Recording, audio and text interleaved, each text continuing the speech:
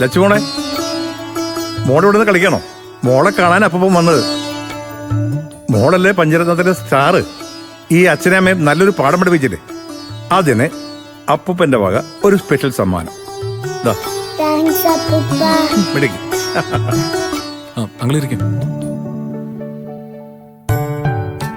Uncle കുടിക്കാൻ എന്താ എടുക്കണ്ടേ? തലക്കാലം ഒപ്പൊന്നും വേണ്ട മോളെ, ഇരിക്കേ ഇരിക്കേ.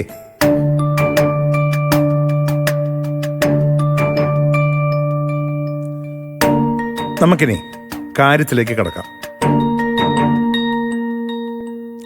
നിങ്ങൾ രണ്ടുപേരും ഇനി മുതൽ നന്നായിട്ട് ജീവിക്കുന്നത് കണ്ടാൽ അണ്ണൻ കഴിഞ്ഞൊക്കെ മറക്കുകയും നിങ്ങളോട് ക്ഷമിക്കുകയും ചെയ്യും. അതിലൊന്നും ഒരു തർക്കവും ഇല്ല. പക്ഷേ നിങ്ങളിനി പഞ്ചരത്നത്തിൽ തുടരണ്ടെന്നാണ് അണ്ണന്റെ തീരുമാനം.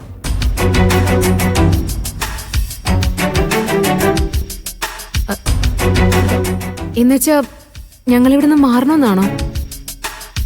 അല്ല, ഞങ്ങൾ ഇവിടുന്ന് മാറിയിട്ട് എങ്ങോട്ട് പോവാങ്കളെ? പുതിയ ഏതെങ്കിലും ഒരിടം കണ്ടെത്തണം. അതിനുള്ള പ്രാപ്തിയൊക്കെ നിങ്ങൾക്കില്ലേ? ഇല്ല രഘു? അതല്ലെങ്കില് അതല്ല ഞങ്ങളുടെ തീരുമാനം. ഈ പഞ്ചരത്വത്തിൽ തന്നെ നിന്ന് അമ്മാവനെ പരിചരിച്ച് അമ്മാവന്റെ മുമ്പിൽ എല്ലാ തെറ്റുകളും തിരുത്തി ജീവിക്കണമെന്നാ ഞങ്ങളുടെ തീരുമാനം.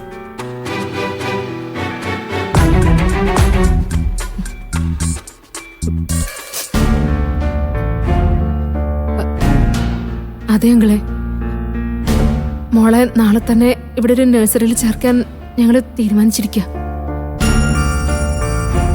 ഞങ്ങക്ക് ഇവിടെ വിട്ടുപോകാൻ പറ്റില്ല. അത് അങ്കിളൊന്ന് അച്ഛനോടത് പറയണം. തൽക്കാലം അതുകൊണ്ട് കാര്യമുണ്ടെന്ന് തോന്നില്ല. അപ്പടി അണ്ണനൊരു കാര്യം തീരുമാനിച്ച അത് തീരുമാനിച്ചതാണെന്ന് അറിയാലോ.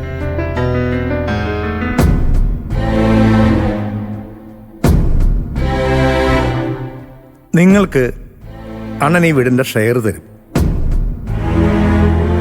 അത് വാങ്ങി മറ്റൊരു സെറ്റപ്പിലേക്ക് നിങ്ങൾ മാറിയേ പറ്റൂ.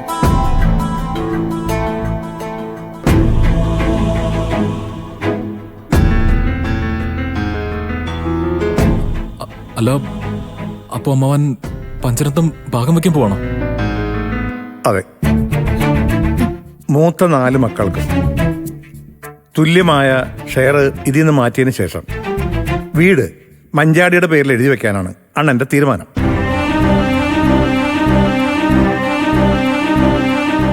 മഞ്ചാടിയുടെ വിവാഹത്തിന് വേണ്ടി മാറ്റിച്ചേരുന്ന പണം തൽക്കാലം ഷെയർ തരാൻ വേണ്ടി ഉപയോഗിക്കും. എന്നിട്ട് അണ്ണനും മഞ്ചാടിയും ഇവിടെ താമസിക്കും. പിന്നെ അച്ഛനുള്ള കാലം വരെ മക്കൾക്ക് എല്ലാവർക്കും സ്വന്തം വീട് പോലെ കരുതി ഇവിടെ വരാനുള്ള സ്വാതന്ത്ര്യം ഉണ്ടാവും. അപ്പോ അച്ഛൻ ഇത്രയൊക്കെ ആലോചിച്ച് വെച്ചിരിക്കായിരുന്നല്ലേ? അത് ശരി രഘുവേട്ടാ, അപ്പൊ നമുക്ക് ഇപ്പൊ തന്നെ ഇവിടെ നിന്ന് ഇറങ്ങിക്കൊടുക്കാം. നമുക്ക് മോളെയും കൊണ്ട് എങ്ങോട്ടെങ്കിലും പോവാം.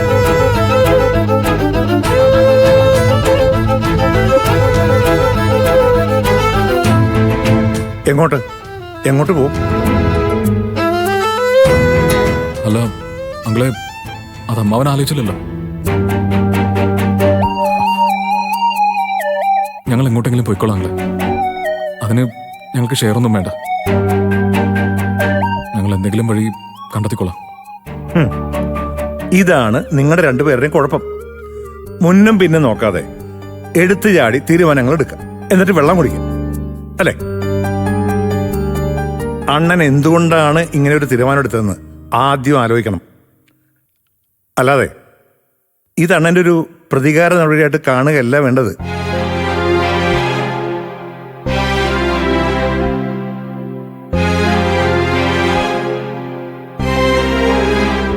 ഞാൻ മനസ്സിലാക്കുന്നത് ഇത് അണ്ണൻ നിങ്ങൾക്ക് വേണ്ടി തുറന്നിരുന്ന പുതിയൊരു വഴിയാണെന്ന്. മനസ്സിരുത്തി ചിന്തിച്ച സാധ്യതകൾ പലതും തുറന്നു കിടപ്പുണ്ട്. അതൊക്കെ ഉപയോഗപ്പെടുത്തി മുന്നേറിയാൽ അതായിരിക്കും നിങ്ങൾ